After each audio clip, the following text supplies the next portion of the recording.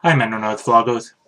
Way back when we started this vlog, we talked about the value of stories, as well as more specifically about books.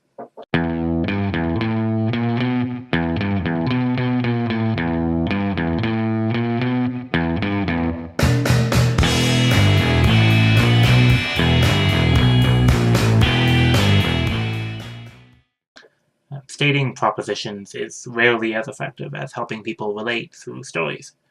The Bible is a great example of this.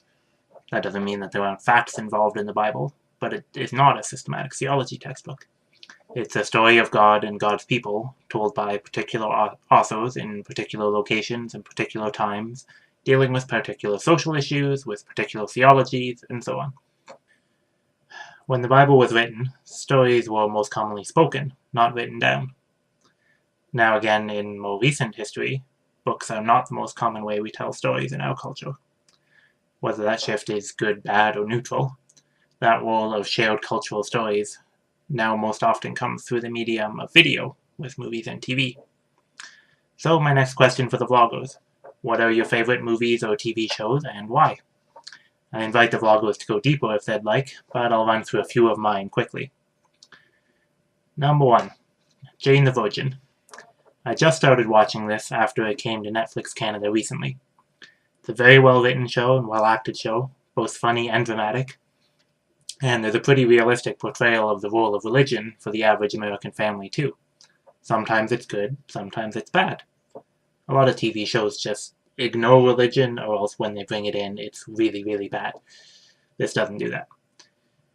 It's kind of a microcosm of the whole show, though, which can probably best be described as messy humanity. They're all fundamentally human characters. They all make mistakes, and they all hurt each other sometimes. It's over the top and unrealistic, of course, like any good TV, but somehow all the characters remain relatable through it all. Number 2. Game of Thrones. This might seem like a weird one for pacifists to name, but one of the things I like about Game of Thrones is that the excessive violence rarely works out well for anybody. A lot of people have died on that show, and a lot of them probably didn't have to. But usually the characters who are excessively violent end up with the consequences of those actions coming back to harm them later. It's a perfect example of how an eye for an eye does not work. There's lots more in there too. Season 5 had a couple of great story arcs illustrating the problems of state-religion working too closely together, which again, usually doesn't turn out well for anybody involved. Season 6 really ramped up the deep female characters, which is rare in a lot of TV, but especially in fantasy. And number 3, more broadly, superhero stories. I'll watch pretty much anything involving superheroes.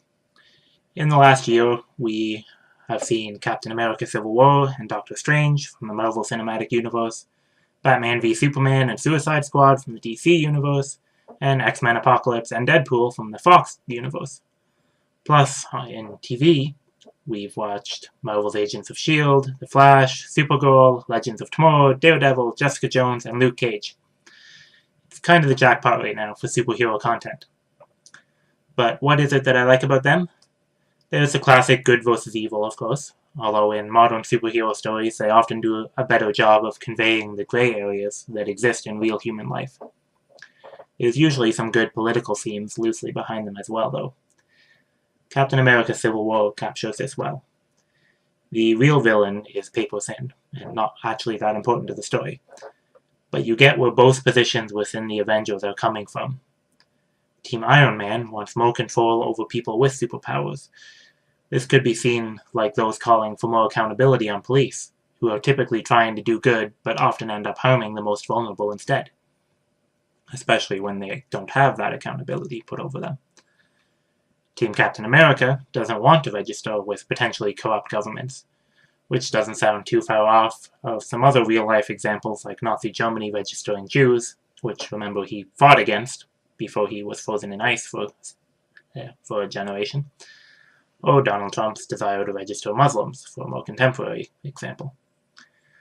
When those kind of realistic issues are presented in such an unrealistic way, it makes it a lot easier to understand where the other side of the issue is coming from, than if it was just watching them debated on TV. And just throw some other really quick ones out. Black Mirror does a really great job of looking at ways in which technology is changing culture and how that could do a lot of harm. The Unbreakable Kimmy Schmidt is hilarious and captures trying to reclaim hope and joy after traumatic experiences. Sense8 is a very high production quality sci-fi. It has a great message of being intricately connected with others all over the world, and with some of the best diversity in characters available in a TV show. And 3% is a Brazilian dystopia that is a bit different than a lot of other dystopias, as it also unpacks the idea of a meritocracy. That's a lot that I've mentioned in this video, and this is longer than my usual intro vlog videos. But now it's your turn. Vloggers, what are some of your favorites, and why?